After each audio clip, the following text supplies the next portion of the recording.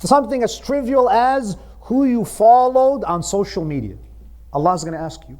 You followed this person. Why? If you're following a sister just because you want to look at her pictures, who said that's okay? Ya Mawlana, Ya Sahib al-Zaman. Sallu ala Muhammad wa ali Muhammad.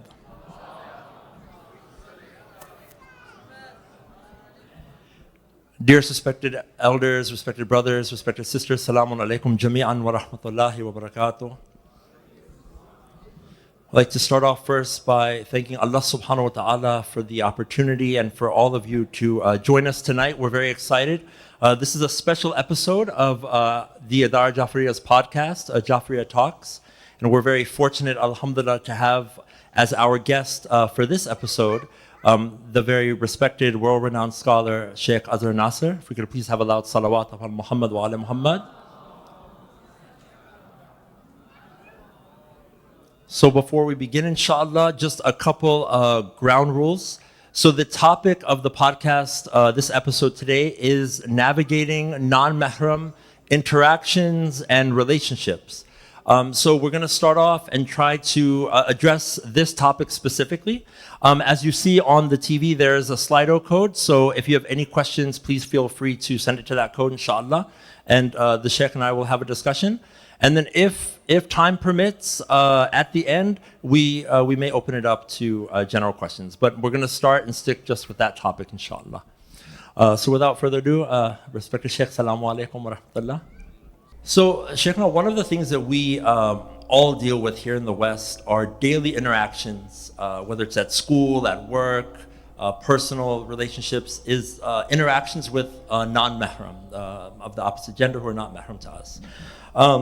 Where is the line Islamically that you would draw between public interactions and that Islamic boundary, where it's both Western, in the Western society, but according to Islamic law as well?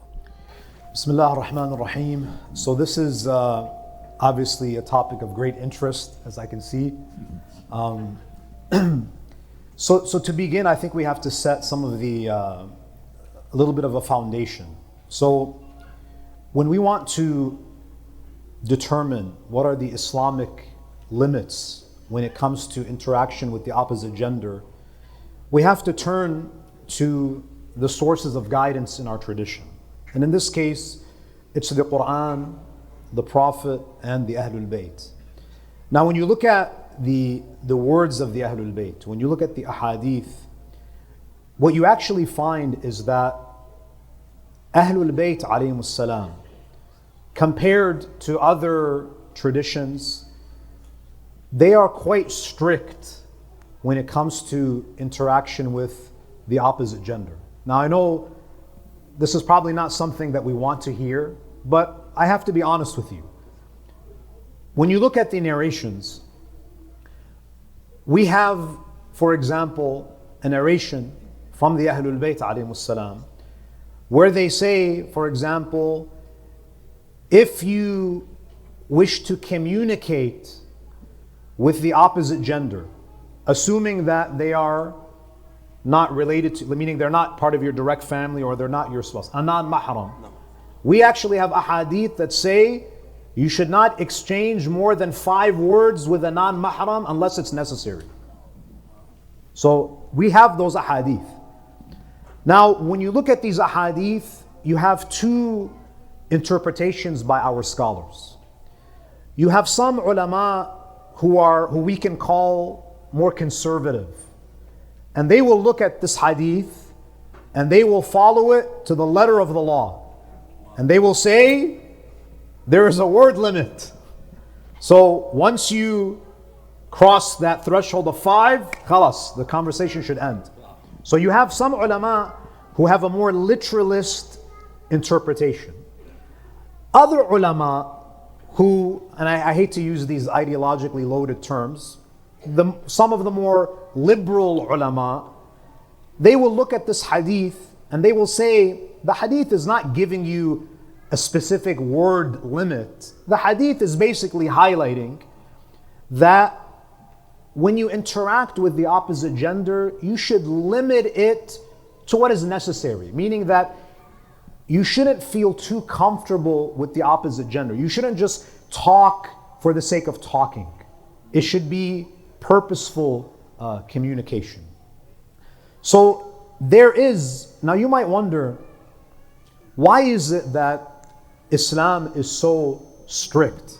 You know, you have other traditions that are very lax about communication and interactions with the opposite gender. Why is it that Islam seems to be very rigid?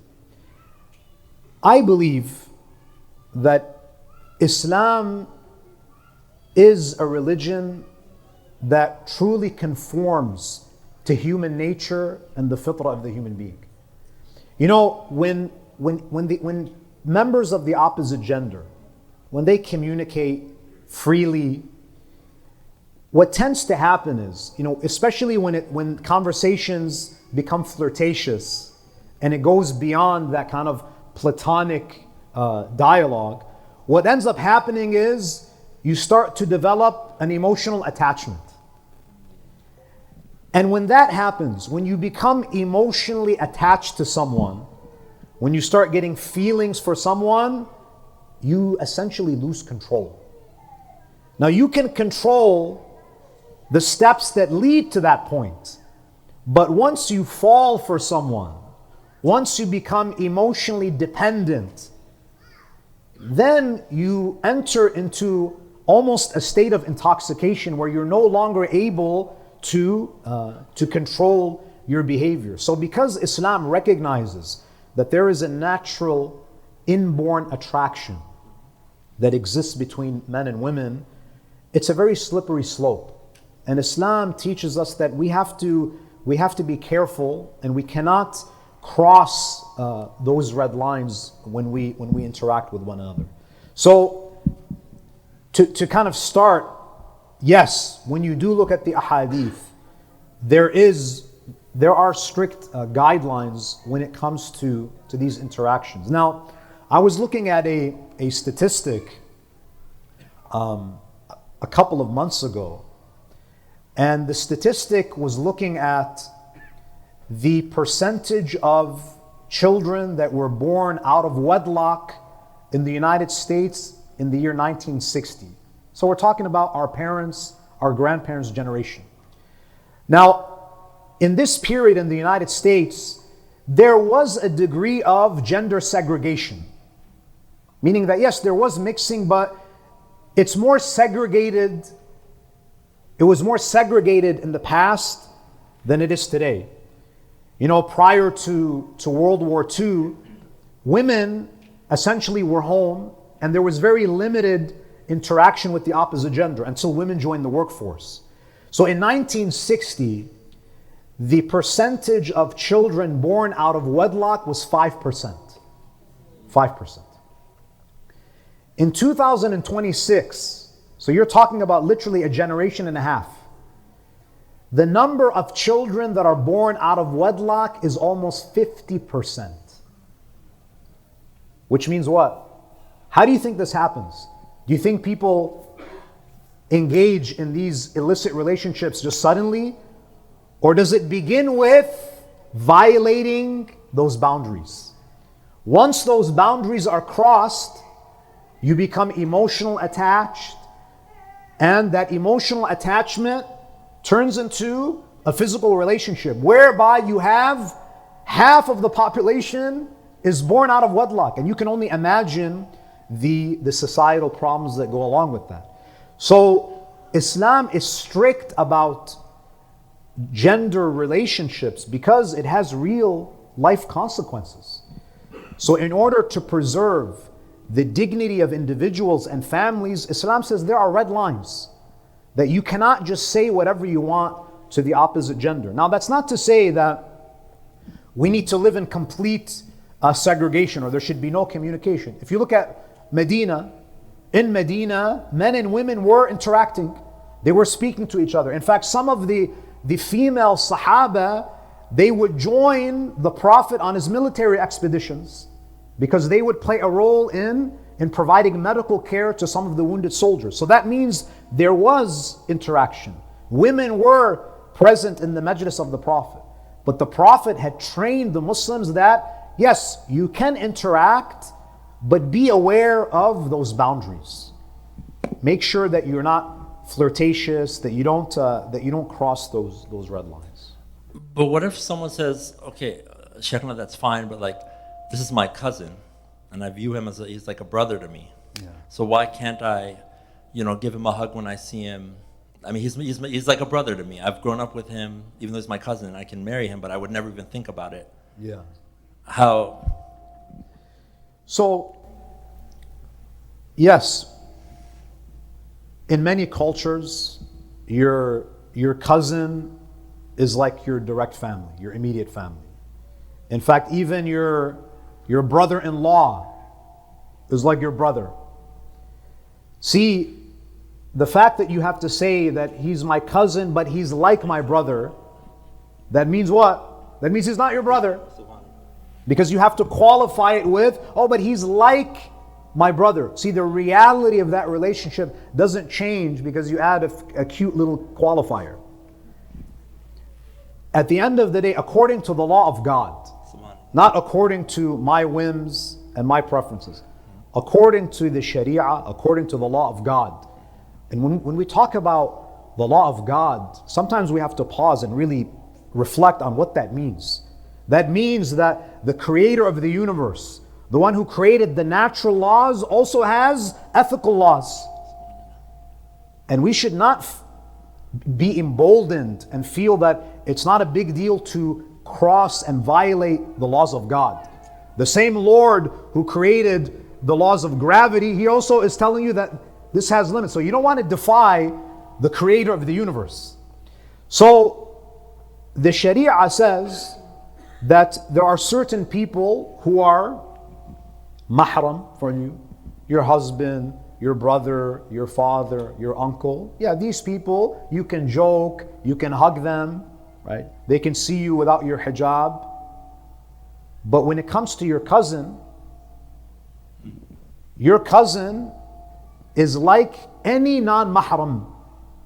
In fact, some of the companions of the Imam, they would make the same argument that I have a sister-in-law, and sometimes we sit together and we joke and we're very friendly, and she's like a sister to me.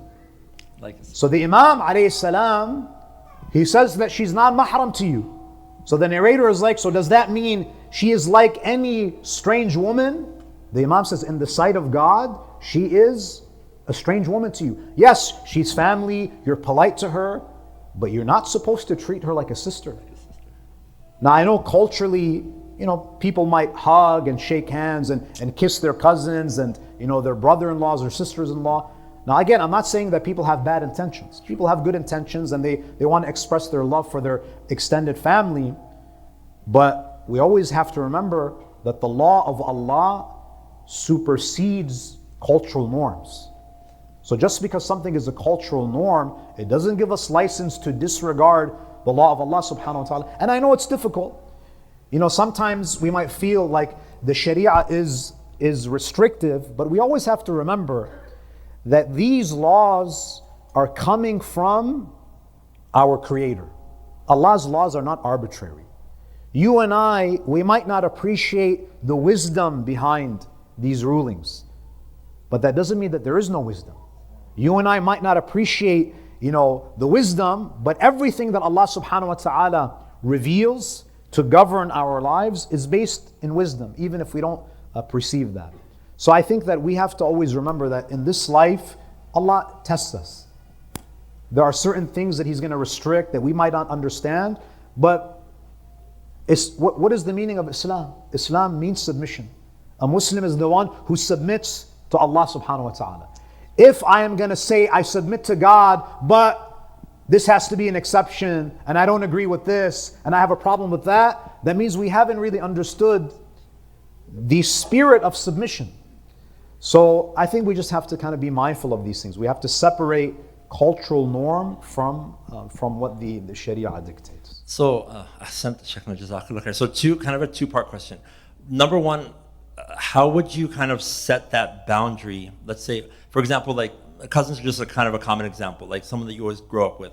What emotional boundary would you recommend? So the physical boundaries are there for sure, you separate. But what like emotional boundaries do you recommend that you could have with your brother? Like, for example, if you have your cousin and you call her like sister, that is kind of a way of helping to be like, hey, you know, you're not like my sister, but you're my sister, so I'm not gonna like. I want it to be a little like formal. Like, what emotional boundaries would you recommend?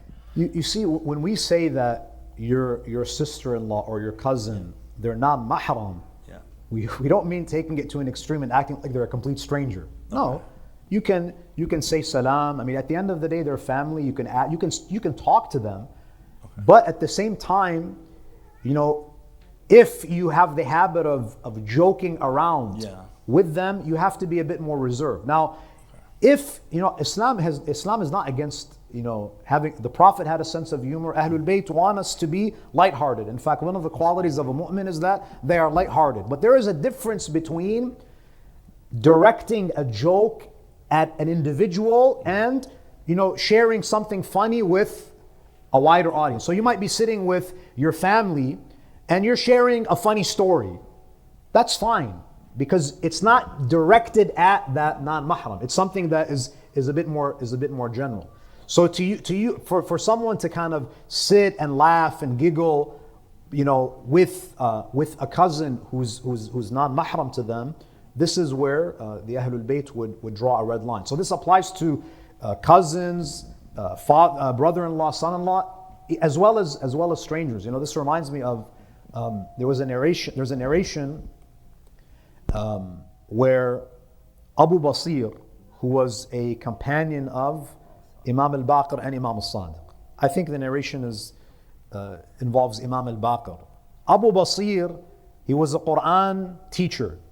He was tutoring a lady. And so he was the teacher and he had a female student. And the narration says that one day after the class was over, and it seems that it was like maybe he was teaching her in the masjid, after the class was finished, he was joking with her. So he was laughing with her, joking and being what we could call maybe a little bit flirtatious. So later on that day, or the next day, he goes to visit Imam al-Baqir alayhi salam. When he walked in, Imam al-Baqir, who wasn't present in that gathering, he said to him, "What did you do with that lady yesterday?" So the Imam, he knew. Abu Basir, in the narration, he says that when the Imam confronted me about my behavior with the lady, I was so embarrassed that I covered my face in shame, because he knew. And then what did the Imam say? So this is a Quran teacher. So sometimes Shaitan, he takes advantage of something that was initially halal. You're teaching Quran, it's something that's noble, but Shaitan is always there. So what does the Imam tell him? He says, "I forbid you from continuing this class." So here the Imam is saying what? That this is not something that's a minor offense. That because you cross that line, that means the sin that you have earned is greater than the reward that you are receiving. So he's teaching what? He's teaching Quran. But the Imam is saying that, listen, if you're not able to observe these boundaries, it's better if you only have male students. So if this issue wasn't a big deal, the Imam would have said, it's okay, you know, don't joke next time. But even the Imam didn't say that, because the Imam knows that there are some people who might struggle with this, especially if she's a young lady and, you know, there's some attraction there. It's better not to put yourself in positions where you're not going to be able to. You're gonna end up compromising those rules. Thank you so much, Sheikh. But what if someone says the reality is that like this sounds really nice, but the reality is it's not practical. Like if I'm living here, yeah, we live in the real world. Yeah, so there's no way I can. Do I need to just move back to Mecca or Karbala and just because I can't? It's what you're saying is not practical. Like if they say that, even in Mecca and Karbala. You're going to have to join the Amish community. So I think that's a fair question. You know, ultimately we live in what we can call a liberal society. We work in spaces, shared spaces, where we're interacting with the opposite gender. So what do we do? Now, again, I'm not trying to downplay the challenges that Muslims face in the West. I think we have to kind of admit and acknowledge that there are challenges when it comes to, you know, maintaining your faith and observing the rules of Islam. Now, when it comes to a work environment, number one, before I get into that, there's something that we have to kind of speak about. And that is that before we even speak about how to navigate the office spaces and corporate environments, as Muslims, we have to be thoughtful when it comes to how we choose our careers. What do I mean by this? You see that if you as a Muslim woman or a Muslim man, if you are someone who cares about observing the laws of Allah subhanahu wa ta'ala, you should be selective when it comes to the career that you pursue. So for example, if you look at the example of Sayyidah Khadija. Sayyidah Khadija was an entrepreneur. She built a massive business empire. But the way that she built her business was unique. Meaning that she was able to build a business whereby she had agents who would go to Yemen and go to Syria to conduct these transactions. Meaning that she built a business that reduced her direct contact with non-mahram. So when you choose a career, and this is advice that I would give specifically to the sisters, and the reason why I'm mentioning the sisters is that if you look at the statistics that we have, and these are statistics that you can find online. You can even probably find it on ChatGPT. 1/3, at least 1/3 of all women in the workplace, they experience some form of sexual harassment. That's a staggering number. And I'm sure the number is even more than that. I would estimate that it's probably even more than half, because not all incidents are reported. Because people, they want to hold on to their jobs, and they might be afraid that if I report, especially if it's a superior, there might be retaliation, I might lose my job. So you're talking about a significant number of women who experience sexual harassment in the workplace. And 99% of the time, the sexual harassment is coming from who? It's coming from the men. So that means that we have to be careful when we choose our careers. It is preferable to choose a career where you're not going to have to rub shoulders with men all day. Choose a career where you can work remotely. Choose a career where you can have employees who can maybe do some of the work that involves interaction with men. So I think that we have to take preventive measures. The problem is we make career choices without our Islamic values in mind, and then we want to try to find a solution. So the solution is to take preventive measures, to be mindful of what this particular career entails. Now let's say that you work in an office where you have to interact with the opposite gender. Again, it goes back to those same principles, that as long as your interactions are work-related, they're purposeful, it's not unnecessary chit-chat. And I know this happens in the workplace and it's difficult to avoid. But to the best of your ability, I think that you can take certain steps. You know, for example, you might be at work and you run out of things to do, and then you go in the lunchroom and you're chatting with your staff. If you know that you're going to have to interact with the opposite gender, then just keep yourself busy. Keep yourself busy so you avoid having those unnecessary conversations, you know, at the water cooler, for example. So I think that there are ways, and I think that when you're at work, people will get the message that you're not the type of employee that likes to chit-chat or flirt or waste time. So I think that you have to set the tone from the beginning. That, of course, you can be polite. I'm not telling you to be, you know, a very rigid and robotic person. You can be polite, but you should give off that vibe that, listen, I'm a no-nonsense person. I'm here to do my job. I'm here to work well with my team. but we're not going to be having private conversations, and I'm not going to share with you intimate parts of my life. So I think that you have to kind of set that tone early on in your career. Thank you so much, Sheikh Nasser. I definitely want to come back to this as well, because there are some follow-up questions. But really quickly, at what point, though, do social media interactions become problematic? So someone sends me a message at work. I write LOL. She's a sister, let's say. Is that, how do we navigate that? I'm not interacting with her. I'm not seeing her. It's online. So how about? Yeah. So the rules when it comes to gender interactions, they apply in the real world and they also apply virtually. Because even online, flirtation happens online.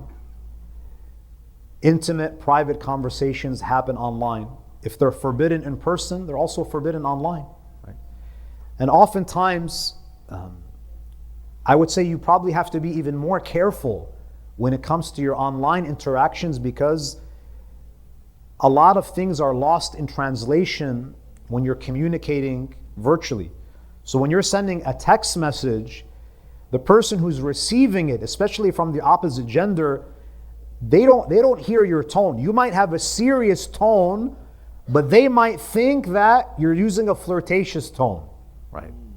So you have to maybe use the angry emojis just to kind of... So what I'm saying is that you have to be very careful. It is not appropriate to send heart emojis to a non-mahram.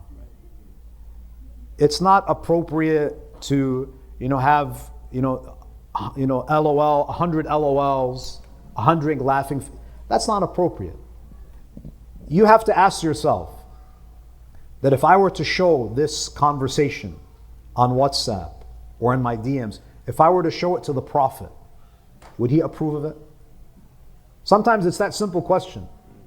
If I showed this conversation to Rasulullah, would he be proud or would he rebuke me?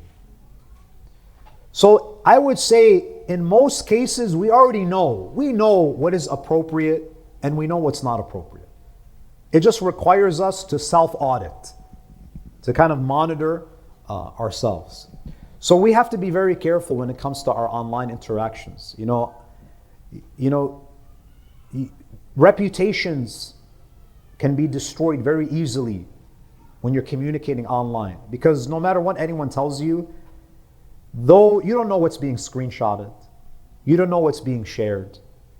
So don't think that these interactions online, they're harmless. Yeah, you might have good intentions, but you can't control the intentions of the person on the other end. And sometimes you don't even know who you're speaking to. You might think that you're having a private conversation, but that person's entire friend circle, they're also reading the messages. So I think that mu'mineen and mu'minat, we have to be very protective of our reputations. We don't want to compromise our dignity and put ourselves in situations where our reputation is going to be compromised. Because we live in a very unforgiving world. Yes, Allah will forgive you if you make mistakes, but people are not forgiving. Right? So, and we live in this world. So yes, you can beg and plead with Allah subhanahu wa ta'ala to pardon you, and Allah is forgiving. But you still have to live with that baggage. You have to live with that reputational damage. So my recommendation, and I know this is not, this is probably an unpopular opinion, to my sisters, I'm saying this to you as your brother. Be very careful when it comes to especially sharing your pictures. You don't know, especially with AI, you don't know what is being done with this content that you're sharing. There was a sheikh who was telling, this was I think maybe a story that I heard online. There was a sheikh who was invited to attend a gathering of brothers. And the host, he was a single guy, probably in his late 20s and 30s, appeared to be a very stand-up guy in the community. So he invited the sheikh, and all the brothers got together and they were smoking hookah. I don't know what they were doing. Maybe they were just... The point is they got together and they were having their own gathering. So the sheikh The guy basically had his own house. He was living by himself, a single guy. So the sheikh asked if he could use the restroom, the bathroom. And the host said that the bathroom is upstairs. So he went upstairs, and the sheikh, I guess it was a big house, he got lost and he crossed through the guy's bedroom. And above the bed, he saw a poster of one of the sisters in the community.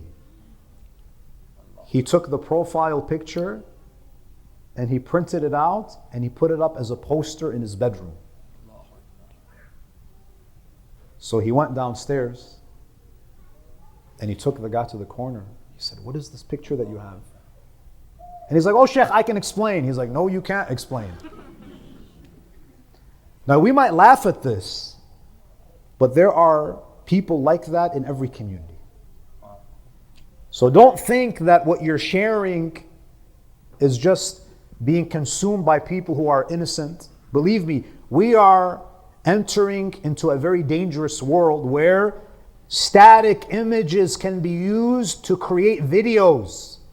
And I hate to say it, if someone is vengeful, they can take the picture of a hijabi sister and they can create pornographic material from it. And if you think it hasn't happened, it has happened. So that's why we have to be very careful. You should be very, very wary about sharing pictures or video content online.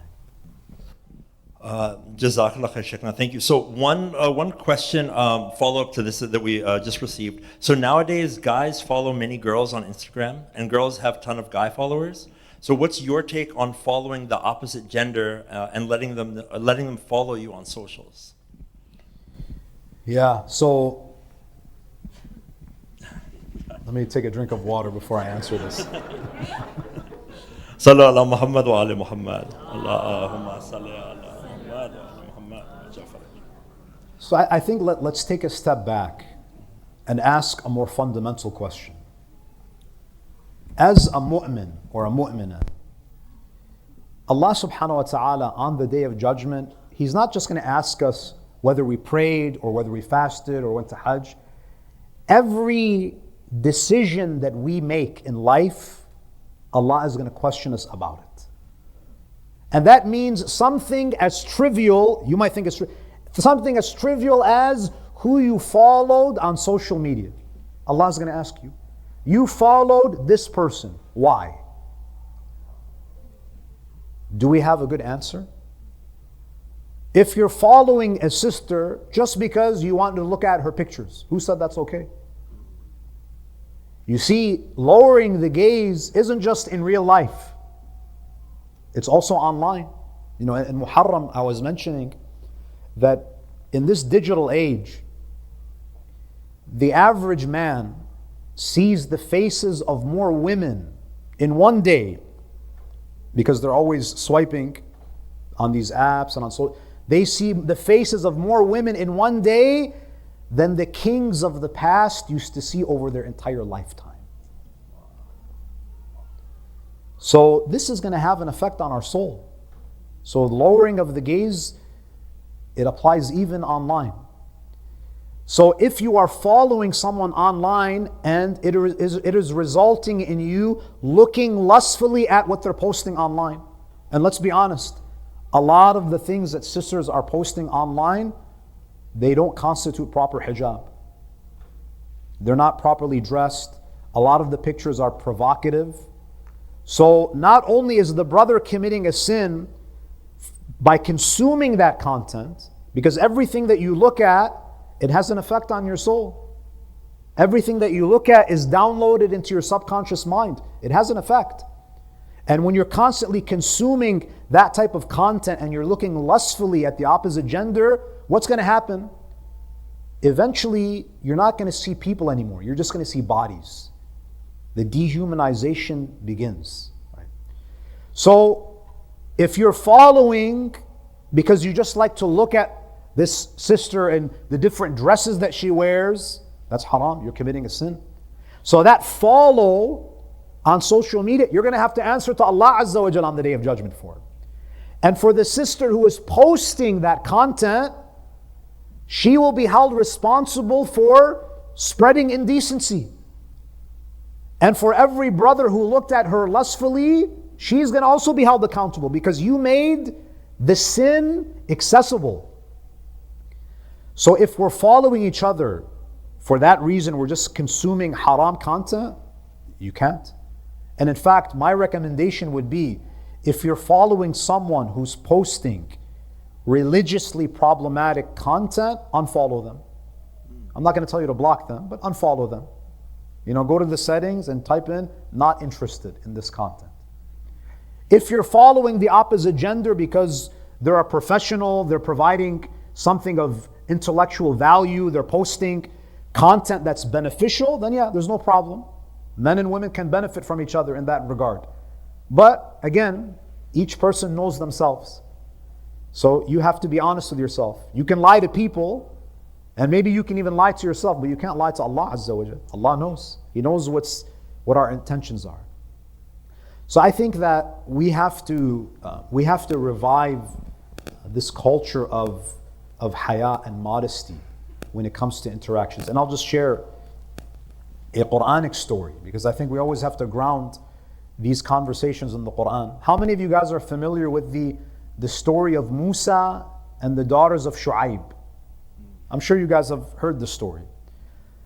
Now what's unique about this story is that, number one, it highlights that there can be communication between opposite genders, because Musa, he has a conversation with the daughters of Shu'aib before marriage. So they spoke to each other. It's not that there is this strict restriction on having a conversation with the opposite gender. Now Musa alayhi salam, just to kind of set the scene, we know how he flees Egypt. He's basically a fugitive. He arrives in Midian, and Midian is basically like the countryside. And he finds that there's a well, and there's a bunch of shepherds who are trying to, draw water from the well. So he sees all of these male shepherds, and then standing away from the crowd, he sees two young ladies. Lesson number one, the fact that the daughters of Shu'aib are not mixed with the other men tells us what? That these daughters were taught by a prophet of God that it is not appropriate for women to brush shoulders with men and push and shove. So they separated themselves. That there was no physical contact between them and the shepherds. Now Musa alayhi salam, being a champion of social justice, he sees something that is unfair. You have these young ladies standing under the sun, and these male shepherds are drawing water for their flock, and no one is asking these ladies if they need any help. So he goes to them, قَالَ مَا خَطْبُكُمَا. So he says, what's your situation? Notice, Musa gets straight to the point.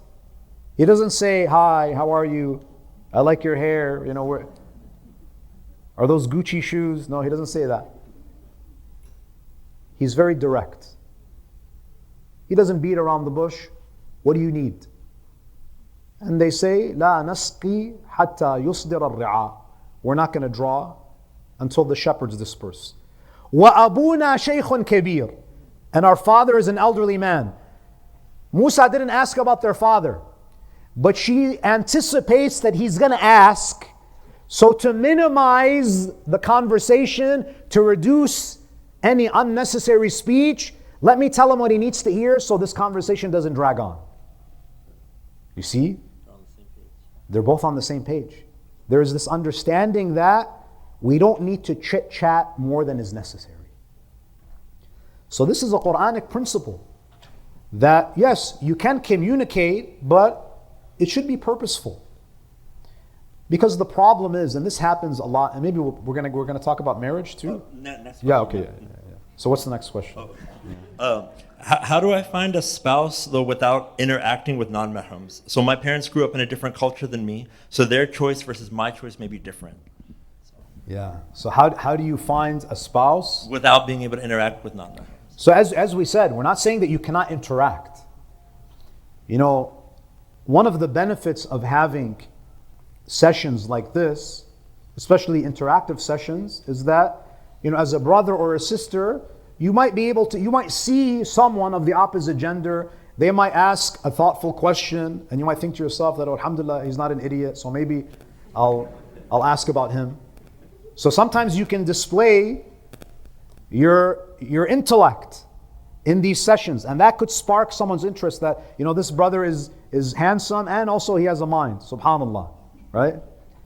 So when there's that initial interest, there's nothing wrong with expressing to each other that there is an interest in seeing if we are compatible for marriage.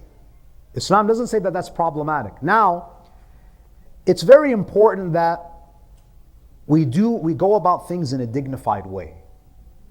My recommendation is that, I know people always kind of cite the example of Sayyidah Khadija when they want to shatter cultural taboos. They'll say, Khadija proposed to the Prophet, so I'm going to ask, this guy if he's interested in talking to me. Well, number one, Khadija didn't ask the Prophet directly. She used an intermediary. Someone that they trusted, someone who was respectful, to send the message that there is interest, and if there's an interest in speaking with the intention of marriage, then that is an option that is available. So my recommendation is that if there is someone that you're interested in, go through an intermediary. Find someone who you trust, who can convey the message that there is interest, and then you can have a conversation. And by the way, it should not take you 2 to 3 years to get to know someone. You know how long it should take? It should take you no more than 2 weeks to a month maximum. That's the next question. So that's the next question. Do you know how many youth come to me and I ask them, are you married? No, Sheikh, I'm planning on getting married. So are you talking to someone? Yes, alhamdulillah, I've been talking to a sister for 3 years. And inshallah, in 7 years we plan on getting married. If you are not ready to get married now, there should be no communication. The problem is, you know what happens? People talk for 2-3 years. There's no aqd, there's no nikah. They talk with the intention of getting married. They become emotionally attached, and then in 2-3 years, he gets accepted to medical school, she gets accepted, and then they say, you know what? It's not going to work out. There's an argument between the in-laws, or they're not even in-laws yet. There's an argument between the families, and then there is emotional heartbreak. And then what happens? I wasted 3-4 years of my life on this person. Well, who told you to talk to them for 3 years? If you say, I plan on getting married to her in 4 years after I graduate, okay, now cut communication. In 4 years, revisit and see where they are and where you are. And save yourself the heartache. Why are you going to emotionally invest in someone for 3-4 years when there is a high likelihood that things are not going to pan out? And there are people who commit suicide because of this. They don't recover because of the emotional damage, the emotional trauma. If we just followed the guidelines of Islam, we wouldn't do this to ourselves. So it should not take you a long time to determine if this person is compatible. The reason why it takes so long is because we don't have focused conversations. Your first conversation should be, what are your non-negotiables? And believe me, 9 times out of 10, just from that list, you can determine if it's even worth continuing the conversation. The problem is, we don't have that conversation about what are the non-negotiables. What is negotiable and what is non-negotiable? When do we have it? We want to have this after we find out what their favorite color is, what their favorite pet is, what their favorite restaurant is, who their favorite speaker is, right? And we know everything about them, and then 2-3 years down the road, we realize that we're not on the same page when it comes to non-negotiables. Brothers and sisters, stop wasting your time. Wallah, have mercy on yourselves. So, I think that we sometimes complicate marriage. And I know that I'm not trying to trivialize and downplay the modern challenges. But, there's going to be a question about marriage apps? Is that coming? Yeah. Okay. So Sheikh, to that point really quick, and you touched upon it, but I just want to kind of follow up really quick. So, and then we'll get to the marriage apps next, inshallah. So, but how do you get to know someone's deep personality flaws, compatibility? You did talk to it, but without entering a full-blown boyfriend-girlfriend relationship, how would you do it? You see, we have to dispel this misconception that you are going to be able to uncover the real person before marriage. Some of us, we want to enter into a no-risk relationship. And who do they come to for that? They come to me. Sheikh, can you do an istikhara? That was another question. Yeah. So I always tell people that istikhara is not a magic 8-ball. Is this guy good? Sheikh, tell me. Because there are many istikharas that you do for marriage. It's such a beautiful ayah. You did your nikah in Najaf and you walked under the flag of Imam al-Hussein, and then 6 months later you end up in divorce. These are not the things that make a successful marriage. You see, istikhara is not meant to give you a window into the unseen. People don't even understand what the function of istikhara is. They do istikhara because psychologically they want to put themselves at ease, and it's as if God is telling them, it's good, there's no risk, everything is fine. But the reality is there's always a risk.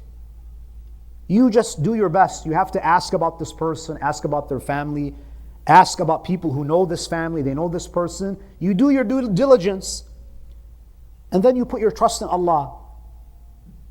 There is no such thing, because I'll tell you this. When you are getting to know someone, believe me, people before they get married, they are the best actors and actresses. Some of them, they deserve an Oscar for how well they perform. Sometimes people come to me, Sheikh, I was talking to this girl, she was wonderful, and suddenly she changed. No, she didn't suddenly change. She was just a good actress. You were in love, you were emotionally attached, and you were blind. Now that you live with her, now you're seeing the full side of the picture, the full picture. And this goes for both. When you're getting to know someone, remember that they are on their best behavior. So you have to do your due diligence, you have to ask, and people also change over time. So yes, maybe this person at the time, they were perfect. They were perfect for you. But people also evolve. So sometimes marriages end up in divorce. Sometimes you end up with a spouse that you're struggling with. But as I always say to youth especially, it is better to make a halal mistake than a haram mistake. You made a mistake, right? You did not accurately assess this person. Or maybe you did and this person changed. That's life. Life is going to have its ups and downs. Not everyone is going to have a happy marriage. Even our imams. Some of our imams, they had very, very unhappy marriages, and they had spouses that ended up killing them. So if you have difficult spouses, even the prophets, the imams also had difficult spouses. That's part of life. Life is full of trials and tribulations.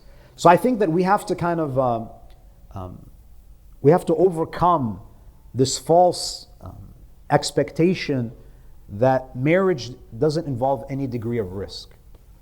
It does. All you can do is that you have to try to reduce the risk by asking the right questions before marriage and doing your own research. So I want to ask you about the dating apps, but you brought up a good point really, really quick. You mentioned the non-negotiables, right? So the biggest non-negotiable I hear is always height. That's the first thing. The height of the person. Oh, the actual That's height. the non-negotiable. Can you please shed some light on what the actual non-negotiable should be? I mean, all I would say to our sisters is that Imam Ali wasn't 6'6". So we shouldn't be superficial. And subhanAllah, when it comes to, it's funny that you mentioned height. It's usually the sister who's like 4'10" who wants a 6'11" guy. Like, why do you want that? So, again, everyone has their preferences, but I think that we have to be less superficial, right? So, I personally think that height should not be a non-negotiable, because I think some sisters and maybe even some brothers, they have this kind of perception or impression that I have endless options. In reality, you're probably going to meet maybe 4 or 5 people who are actually potential spouses for you in your lifetime. Because if you think about it, so let's say that you're a 20-year-old sister and you want to get married. Well, so you're in a community. Well, right off the bat, the non-Muslims are off the table. The people who are married are off the table. The people who maybe live on the other side of the world are off the table. The people who are interested in you or not interested in you, they're off the table. The people who are outside of your age range, they're off the table. So when you actually think about it, you don't have endless options. So if you're going to be a stickler that he has to be over 6 feet, it's like, sister, just marry the guy who's 5'7" and get him some boots. Right? Because the reality is, if you keep on turning away guys who don't meet that height requirement, you know what's going to end up happening? The years are going to start rolling by, and guess what's going to happen? You're going to end up in your 30s, mid-30s, and then you're talking about a whole new pool of potential spouses. As a 35-year-old woman, you want to marry someone who's in your age range, but guess what? The guys who are in your age range, they're looking for women who are in their 20s. So your potential suitors are who? They're the uncles who are divorced with 3 kids. That's the reality. That's the reality. And if you continue to kind of turn away brothers who are good enough, yeah, they might not be perfect, they might not be your knight in shining armor, but they're good enough. It's good enough to build a life with them, because they have shortcomings, and guess what? You also have shortcomings.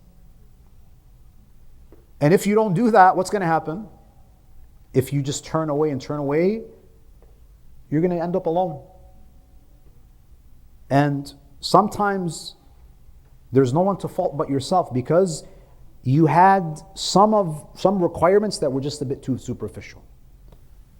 And then instead of having a life with someone, and again, life has its ups and downs. Marital life has its ups and downs. But I'll tell you this, in many cases, life is more enjoyable when you can share it with someone.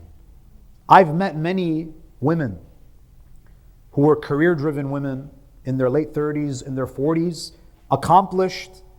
Some of them, CEOs of major companies.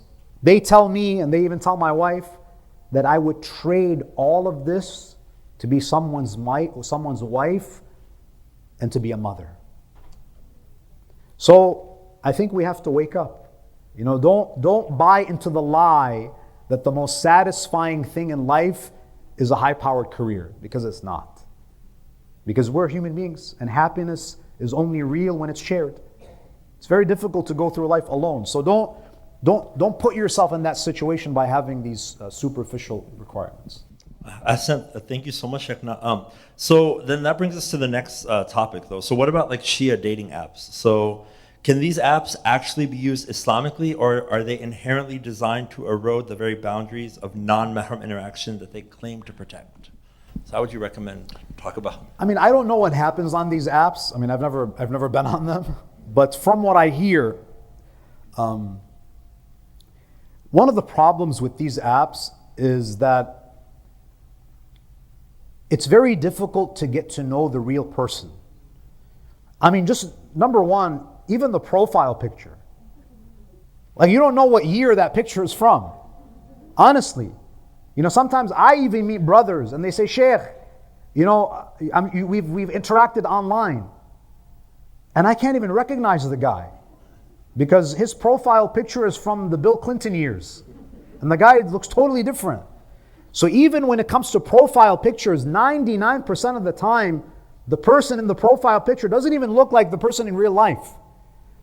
And it's very difficult to talk to someone in a way that's exclusive.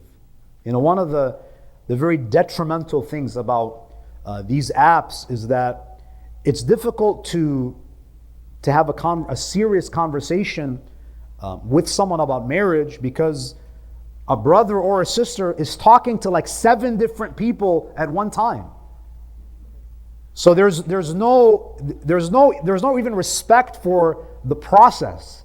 It's like, let me cast my net and I'll talk to 10 different guys, or I'll talk to 10 different girls at the same time, and from them, one of them will turn me down, and then I'll choose the second. I mean, is that how you would want to be treated? Where you're just kind of this lottery, you're just this number. So I think that if you talk to someone, I think you owe it to that person to give them your undivided attention, have a serious conversation, and if it doesn't work out, then you can move on to the next person. But talking to multiple people at once for the sake of marriage, I don't think that's a healthy thing to do. And I think that it really kind of it takes away from the sanctity of the process. So if you do meet someone online, it's important that you meet them in person. Do not make a decision to marry someone because of an online interaction. You need to get in contact with people who know them in real life. And I think that a meeting should be arranged. Yeah, I'm not saying that you should meet privately, but if you want to get to know someone in person, because online interactions are not the same as in-person interactions. So if you want to get to know someone, my recommendation would be find someone who's respectable in the community, and they can arrange for a meeting, for example, at their home. So there are witnesses that you guys didn't meet secretly. It's done in a dignified way. The problem is when you try to do things secretly, you go meet up at the mall, with your luck, someone from the masjid is going to see you. And you know what happens? Your reputation is going to get damaged. So you have to be very, very careful about your reputation. If you want to get to know someone with the intention of marriage, do it in a dignified way. Go through intermediaries, ask people in the community who know that family. When you want to arrange a meetup, do it in a way that safeguards your honor and your dignity. So when you do meet up, if anyone tries to spread a rumor about you meeting up with them, you'll be like, no, they met at my place, I was there. Yeah, they had a private conversation, but it was in a controlled environment. So we have to be mindful of these things, because you might have good intentions. And let's say that you're meeting up with this person at a coffee shop or this person at the mall, and that relationship doesn't work out. And then you go on to the next one. And then you also meet up with them at the mall or at the coffee shop. After a year or two, the community has seen you with 17 different guys. Or the community has seen you with 17 different girls. And you know what's going to happen? You're going to develop a reputation. And people who care about honor and dignity, they're not going to give you the benefit of the doubt. They're going to be like, listen, I don't know who you've been around with. I see you talking to 10 different people and you're always with this girl or that guy. So you can actually cause reputational damage to yourself, and you might be deprived of marrying into a very good family because of these multiple attempts to find a spouse whereby you're doing it in a public space and it appears that you're having these secret relationships. So we have to be mindful of this. Do not be immature and say, I don't care what people think, as long as I'm doing it halal. No, we live in the real world. Your reputation matters. So you should be very, very cautious about your reputation when you're getting to know someone. And do not let your guard down because a brother promised that he's going to marry you in 6 months. Because this happens all the time. There are some brothers, they're con artists. They say that, sister, I'm going to ask for your hand in marriage, inshallah, in 6 months. And then during those 6 months, you basically talk to each other like husband and wife. And then what happens? After 6 months, the guy's nowhere to be found. And you already shared it with your friends that you're going to marry this guy. And even though maybe nothing happened, but people are not forgiving. People are going to say, no, for sure something was going on. So a mu'min and a mu'minah should never put themselves in situations where their integrity is called into question. The hadith says, may Allah have mercy on someone who dispels backbiting from themselves, who pushes away gossip. Don't put yourself in a position where people are going to gossip about you. So we have to be mindful of these things. So to that point though, if you're looking to marry someone, is it wrong to ask them about their past sins? So one of the blessings of Allah subhanahu wa ta'ala upon a person is that when He forgives you your sins, you shouldn't expose your sins. Allah's concealment of your sin is a divine mercy. So if someone wants you to give them a list of all of the sins that you've committed in the past, you can say that, listen, I'm not perfect, I have my shortcomings, I've asked Allah for forgiveness, I'm not comfortable, sharing my past sins. And if the person is insistent, then they're probably not the person that you want to marry. Because if they're so focused on interrogating you for your past, then I suspect that interrogation is probably going to continue throughout your marriage. So if they don't trust you, then that trust is probably not going to exist in the marriage. You can tell them that, listen, I've made mistakes, and you've made mistakes, and this is a new chapter, but I'm not obligated to share my past with you. Now, of course, if you were previously married, then that's something that you have to disclose, right? Because if a man is intending on marrying a virgin girl, that's not something that you should conceal. Now, when we speak about virginity in Islam,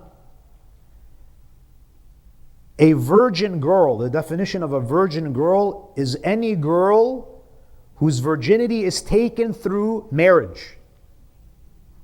So God forbid, if there is a girl who was engaged in haram relationships in the past, and she lost her virginity through a haram relationship, under Islamic law, she would still be considered a virgin. And you would still need her father's permission to marry her. So she would not be obligated to disclose the sins that she has committed in the past. Now, if as a brother, if you have your suspicions and you let's say that you ask in an indirect way and she's not giving you the answer and you feel uncomfortable, if you have your doubts, maybe move on to the next person. But technically, from an Islamic legal perspective, a woman who has never been married, even if she committed haram, legally, of course in reality she has lost her virginity, but legally she is to be treated as a virgin. So that's important for people to keep it in mind. Thank you so much, Sheikh. I think you're going to need water for this next question. And I just want to mention that these are coming from Slido. Yeah. So speaking of the digital age, AI companionship is becoming more streamlined.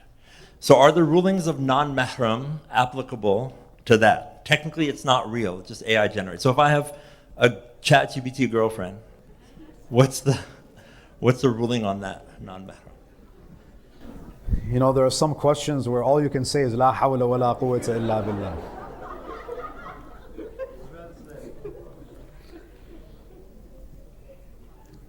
Now, obviously, nikah is only between human beings. You can't have a marriage with a robot. Now, is it haram for you to flirt? And it's this is the world that we live in, unfortunately. Yeah. We have to answer these questions. Yeah. Is it haram to flirt with an AI robot? Again, you would have to pose your question to the marja. But I would imagine that if you develop this habit, number one, I'm sure that there are psychological and mental health issues at play here, because Allah designed us to connect and have bonds with human beings.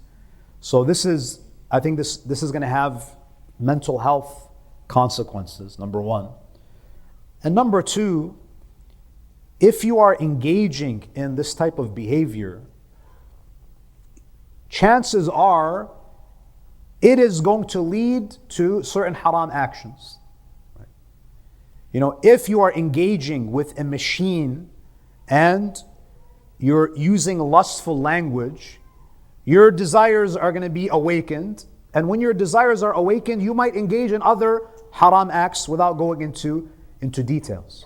So sometimes a thing is haram because it is a stepping stone to something that is very obviously a sin. So I think that when it comes to that, we should also be careful, because it's a very slippery slope. And what's even more dangerous is that someone might get so comfortable with these robots is that they neglect the real marriage. So this can become a substitute, and of course, you know, this is something that I think is very destructive and damaging to a person's psyche. Thank you so much, Sheikh. Another question from the Slido. How do we teach our 7-year-old boys and girls about mahram and non-mahram in this day and age, especially when they go to school with different age groups? So how would we kind of approach? At 7 years old? 7 years old, yeah, non-mahram. You know, I think that before children reach the age of bulugh, we shouldn't be too rigid with them.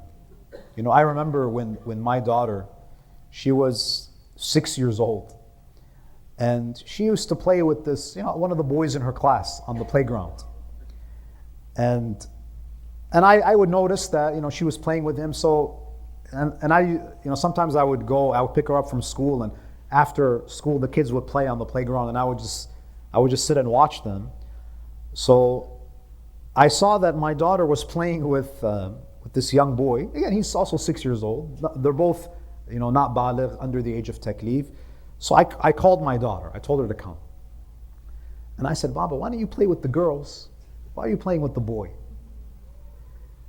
And my daughter was like, Baba, it's fine, I'm not baligh yet. And then she ran back.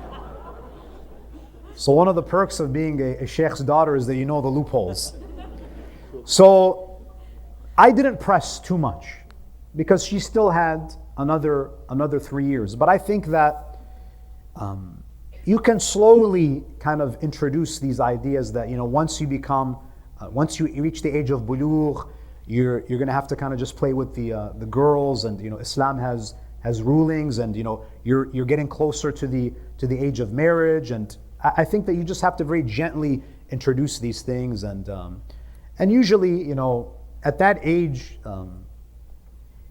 as long as they're surrounded by friends who also have a Muslim background, they feel less awkward. And that's one of the benefits of having children and raising them in communities, because it really takes a village to raise a child.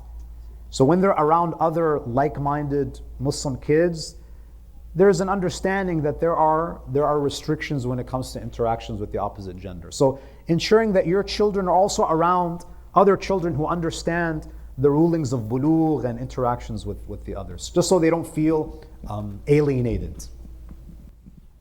Thank you so much, Sheikh. I think this will be probably the last question for the podcast, and we'll see if we have any more Slido questions. But this is a question we kind of get a lot. So, and you did touch upon it. But isn't this like really hyper strictness doing more spiritual damage by pushing people away from the faith completely? Because they'll say, look, everything you're saying is great, but it's just too hard. And I think I'd rather just not do it. I mean, I would say, I think we would have to acknowledge that, yes, it does have its difficulties, but nothing that has any value is achieved through ease. Right? You have to look at your soul as the most precious thing that you possess. In fact, your soul is not even something that you possess. You are your soul. So you have to just remind yourself that, yes, these might be difficult rules for me to follow, but ultimately, whose rules are they? Those are the laws of Allah subhanahu wa ta'ala, who is the merciful Lord, who has your best interests in mind. And yes, you might make mistakes here and there. No one is perfect. You might have certain lapses in judgment. Allah subhanahu wa ta'ala is merciful. So yes, it does entail a degree of difficulty, but ultimately we have to remind ourselves that life is very short. This life is very brief. And what we are promised for this discipline is something that we cannot even imagine. You know, if you think about the challenges of navigating interactions with the opposite gender, yes, there are some restrictions that you might have to experience for, you know, a few decades in this world. And then after that, what happens on the other side? You're talking about eternal bliss, eternal life. In fact, the akhirah is infinite. It's unending. And this life, we're going to live for how many years? 60, 70, 80, 90 years. If you divide anything by infinity, it becomes zero. And that's exactly what Imam al-Hussein says. Any difficulty that you face in this world, when you transition to the hereafter, your entire life will feel like nothing but a day or a part of a day. That's why on the day of Qiyamah, in Barzakh, people will be asked, كَمْ لَبِثْتُمْ? How long did you dwell in this world for? They will say, يَوْمٌ أَوْ بَعْضَ يَوْمٍ, for a day or part of a day. So it's not worth it to compromise your religious values for the sake of a fleeting enjoyment. Because ultimately, what lies ahead? You're talking about your eternal life. And that's why Imam al-Hussein, what does he say? كَأَنَّ الدُّنْيَا لَمْ تَكُنْ. This world is so fleeting and it's so brief that it's as if it never even existed. How many of you guys are in your 20s? Just the other day, you were in high school. How many of you are in your 40s and 50s? Just the other day, you were a child. The years are moving so rapidly. And before you know it, it's the time to depart. So it's very important that we constantly have the akhirah in mind. كَأَنَّ الدُّنْيَا لَمْ تَكُنْ وَكَأَنَّ الْآخِرَةَ لَمْ تَزَلْ. It's as if the dunya never was, as Imam al-Hussein says, and it's as if the hereafter is all that ever existed. So we should not compromise our akhirah for a few moments of enjoyment. Because everything the consequences remain, but the enjoyments, they pass, they're fleeting. Thank you so much, Sheikhna. So we got a couple more questions from the Slido. So is it okay for older uncles to put their hand on your head while you're wearing hijab as a sign of fatherly affection? It's very common in the Indo-Pak culture. Yeah, as long as there is a barrier. Now, of course,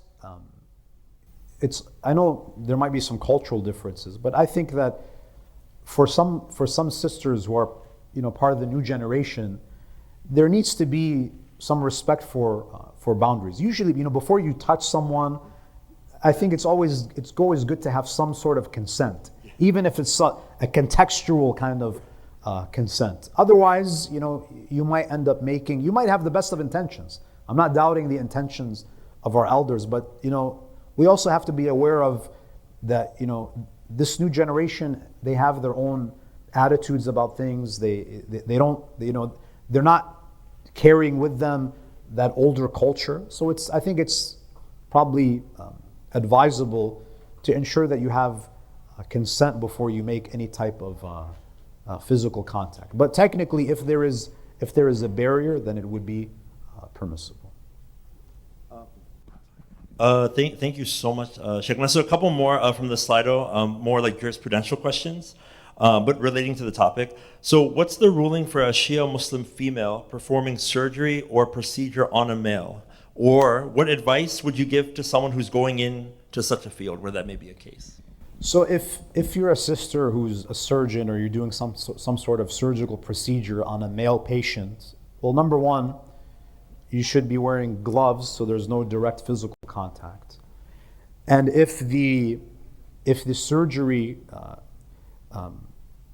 is on a part of the body that will expose the private parts, you should try to look away or use, you know, some sort of mirror so you're looking at the reflection and not the actual organ. So you have to avoid looking at the private parts and avoid making physical contact. Now, of course, if it's an emergency situation and you have to make physical contact, then in that case it would be permissible. Jazakallah khair. So, and this is applicable for ziyarat, arba'in as well. So while doing tawaf during Hajj and Umrah, men are so close to women that they push them. So how do we avoid this situation? The way that you avoid it, sometimes it's just going to be unavoidable. I remember this must have been back in 2006. So this was my second Hajj. I think I was 20 years old. So I was doing tawaf, and someone pushed me from behind, and my face hit the back of a very large Nigerian sister. And I don't know, maybe she thought I was trying to like grope her or something. I don't know what happened. It was during tawaf. She turned around and she pushed me. I think I was maybe at Maqam Ibrahim, and she sent me back to Hajar al-Aswad.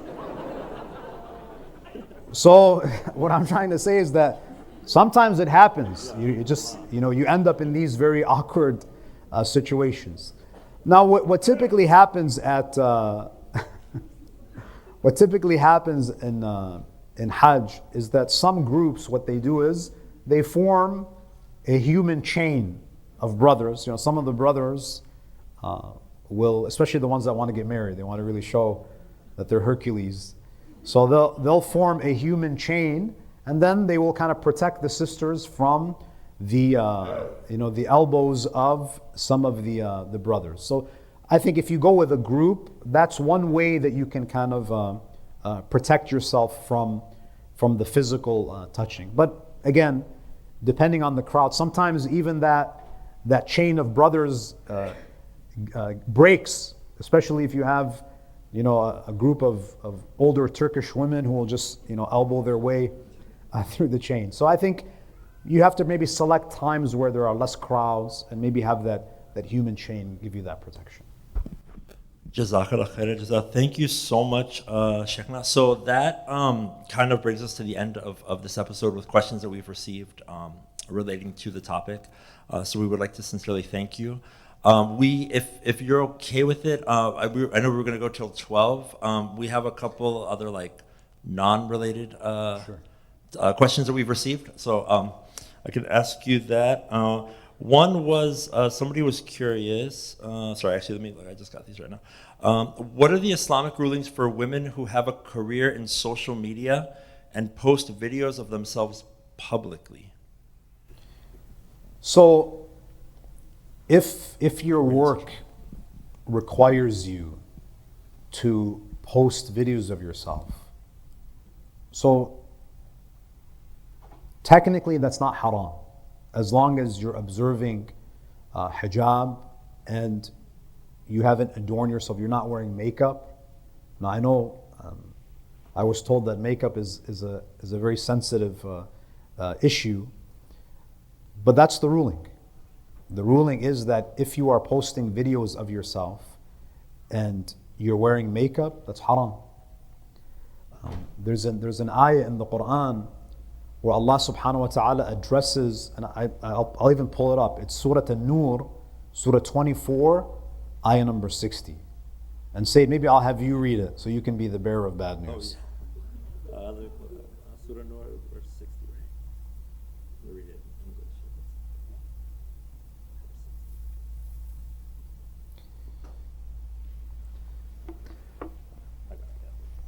So this is an ayah where Allah subhanahu wa ta'ala is addressing elderly women, and He's basically defining what their hijab is to be like.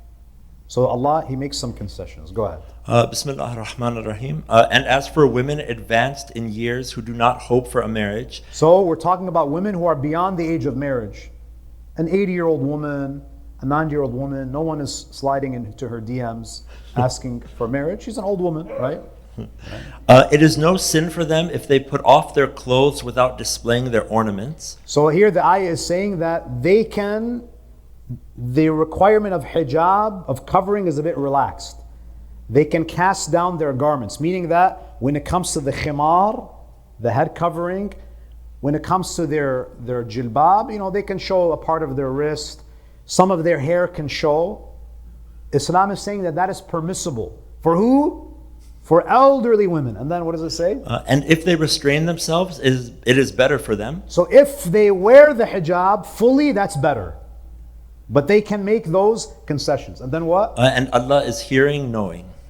I think you skipped part of the ayah. Or maybe the translation is just... Yeah, this translation may be a little weird. So the ayah says what? In addition, it says غَيْرَ مُتَبَرِّجَاتٍ بِزِينَةٍ. That they are allowed to cast their garments. They can show their hair, wrist, but they are not allowed to adorn themselves. Meaning, i.e., they can't wear makeup. So here, if Allah is saying that it's haram for an 80-year-old woman to wear makeup, she can be a little bit easier with the hijab, but she can't display her adornments. So if a 90-year-old woman is not allowed to display her adornments, a 20-year-old woman is allowed to? A 30-year-old woman is allowed to? So the core, the essence of hijab is to conceal your adornment. Covering the hair, covering the body, that's part of the hijab. But the most important part of the hijab is not to display your beauty, not to display your adornment. So it's a contradiction to have makeup and hijab. Because on the one hand, you're covering, and on the other hand, you're displaying your zina. Now I know it's not easy. We live in a world that is obsessed with physical appearance. We live in a world where it's all filters and AI enhancements. And I know that many people are very self-conscious about their appearance. But this is what the Sharia teaches. Who are you supposed to wear makeup in front of? Your spouse, your husband, your family. But we live in a world where it's the opposite. At home, the husband doesn't get any makeup. When the wife leaves the house, makeup is for the community. It's not for the husband. And this does damage to the marriage, by the way. Because the man, he says that, I married you so your beauty can be something sacred between us. But it's no longer sacred because it's on display for everybody.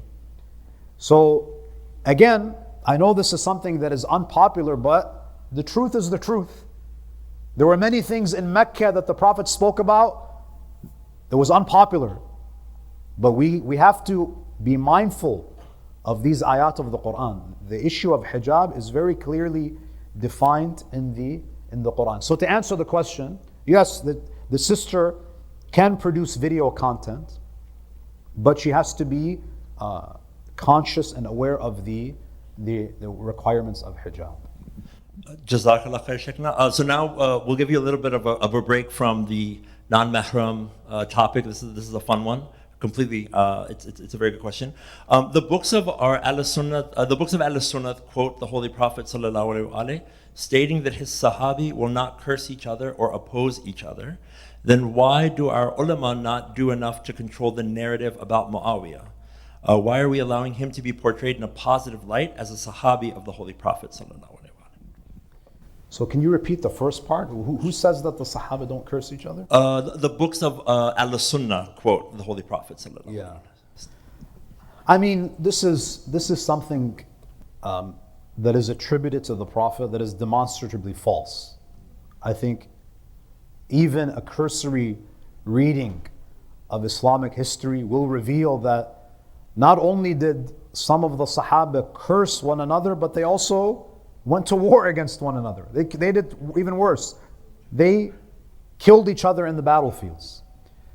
Now, our responsibility is to engage in intra-faith dialogue and present our arguments in an academic way without engaging in any unnecessary provocation. And we just present history as it is. And sometimes that's all that it takes. Sometimes what we have to do is we present the facts and we let people make their own conclusions. And I think that we as a Shia community, we have a lot of work to do. I think you guys remember maybe 2 years ago, in the month of Ramadan, there was a series done on Muawiyah. It was a 30-part series produced by can't remember it is. NBC. NBC? Yeah, it was a Saudi production. And I think that they spent over $100 million producing a series on Muawiyah in the month of Ramadan. Now, we Shias, we can complain all we want. We can say that, we can criticize, but what are we producing? Yes, you have countries like Iran, they are producing good content. But we also have to do our part. We also have to invest in educational initiatives. We have to invest in films and in documentaries. So the way that we counter this is not just by going online and posting negative, YouTube comments. We have to present a counter narrative. So, I'm going to do a shameless plug-in, but allow me to. One of the things that we've been doing at Tasneem Institute for the past 4 years is that every year we produce 2 high-quality documentaries in the month of Ramadan and in the month of Muharram. And the idea is that we want to produce quality educational content that rivals like something that you would see on Netflix. Because the reality is that people, they read less today than they did in the past. Most people are consuming video content. So one of the things that we're planning on doing for next Ramadan is that we're working on a documentary called The Awaited Saviors. And it's a documentary that's going to feature the story of the end of times, and it's going to revolve around the return of Jesus and the return of Imam al-Mahdi. And I think that this is a great opportunity for us as Muslims to strengthen our alliance with Christians. We always hear about the Judeo-Christian alliance, but I think that Muslims and Christians have a lot more in common. So that's something that we're working on, and if anyone wants to contribute to that project, you can approach me or Brother Azmat. But the point that I'm trying to make is that there are a lot of charities that do a lot of work that deserve our support. I'm just saying that in addition to the humanitarian efforts, we also need educational efforts.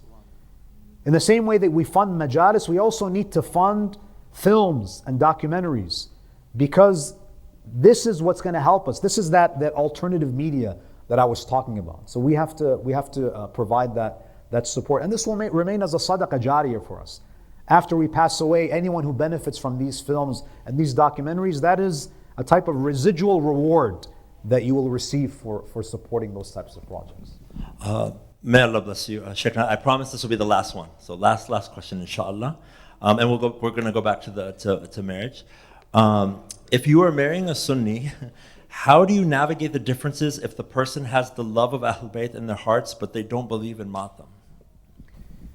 So, since most people follow Sayyid al-Sistani, I'll share with you his ruling. Sayyid al-Sistani, he says that you are only allowed to marry a non-Shia, and by non-Shia I mean a Muslim, if you are sure that you will be able to raise the children in accordance with the teachings of Ahlul Bayt. Now, the majority of the time, you cannot make that guarantee. There are many sisters, they come, Sheikh, can you recite my nikah? In the past, I used to ask, what's the mahar, what's the address, what's the date? Now I have to ask, is the guy Muslim? Honestly, we have an epidemic in our community where you have so many people marrying outside of the faith, and they want, because I might make a joke here and there, they say, let's get the liberal sheikh to do the nikah. Little do they know that I'm probably more conservative than their parents. But when it comes to marrying non-Shia Muslims, when you're talking to someone, when you're getting to know them, listen, when people want to marry you, they will make all of the concessions. Yes, when we get married, I have no problem. I'll read the majlis for you. they'll bend over backwards and they'll make it seem that they are so open-minded and they have no issue. But what happens? The moment you have a child, that paternal instinct kicks in and you naturally want the best for your child. And if you believe that Sunni Islam is the true Islam, what are you going to do? You're going to try to ensure that they follow your sect of Islam. That's only natural. And you can't blame people for that. They are Sunni because they believe that that is the unadulterated, pure Islam of the Prophet. And you're Shia because you believe that the path of Ahlul Bayt is representative of the authentic Sunnah. So this is a recipe for what? For tension and conflict. So my recommendation would be to avoid such marriages, because marriage in the modern world is already complicated when you share religious values. When you have the same madhab, you still have issues. So you're adding another layer of complication. Now, hypothetically, if you're 100% sure, then sure. But no, who can make that guarantee? Now, again, if you're marrying a non-Shia Muslim, okay, even if your spouse is sympathetic towards Shi'ism, well, how about the grandparents? How about the aunts and uncles? There is an entire religious ecosystem that you have to deal with. So you have to take that into consideration, because your children don't belong to you. They are a trust. Allah gives you a child and He says, I want you to nurture this child according to the deen that I am pleased with, which is the Islam of Ahlul Bayt. So you should not put yourself in a position where you are putting a child, which is an amana, which is a trust. The child belongs to Allah. You are the guardian of that child. Why are you putting the child in an environment where they're going to be confused?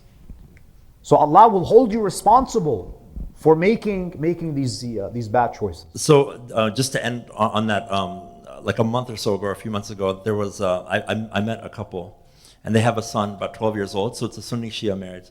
This poor kid, Sheikhna, he was offering his salat, no problem, with his hands crossed with a turba. So according to Shia Islam, salat wasn't valid, and according to Sunni Islam, salat wasn't valid. The poor kid felt so he was so confused.